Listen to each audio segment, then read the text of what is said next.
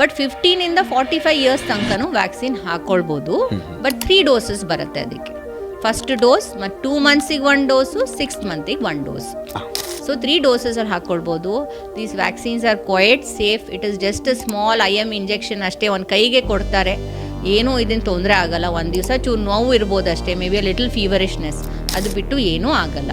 So definitely I would advise all ladies to go to your doctors, gynecologist, ಮಕ್ಕಳಿದ್ರೆ paediatrician, ಎಲ್ಲರ ಹತ್ರ ಈ vaccine ಬರುತ್ತೆ. ಈ ವ್ಯಾಕ್ಸಿನ್ ಸ್ವಲ್ಪ ಡಿಫ್ರೆಂಟ್ ಟೈಪ್ಸಲ್ಲಿ ಬರುತ್ತೆ. ನಮ್ಮ ದೇಶದಿಂದನೇ ಒಂದೊಂದು ಗೌರ್ಮೆಂಟ್ ಇನಿಷಿಯೇಟಿವಿಂದನೇ ಒಂದು ವ್ಯಾಕ್ಸಿನ್ ಸರ್ವವ್ಯಾಕ್ ಅಂತ ಇದೆ, ಅದು 2000 per ಡೋಸ್ ಬರುತ್ತೆ. ಸೊ ಇದು 26 ಇಯರ್ಸ್ ಲೇಡೀಸ್ ತನಕ ಉಪಯೋಗ ಬರುತ್ತೆ ಇದು. ಆಮೇಲೆ 26 to 45 ಇಯರ್ಸ್ ಲೇಡೀಸಿಗೆ ಗಾರ್ಡಾಸಿಲ್ ಅಂತ ಬರುತ್ತೆ.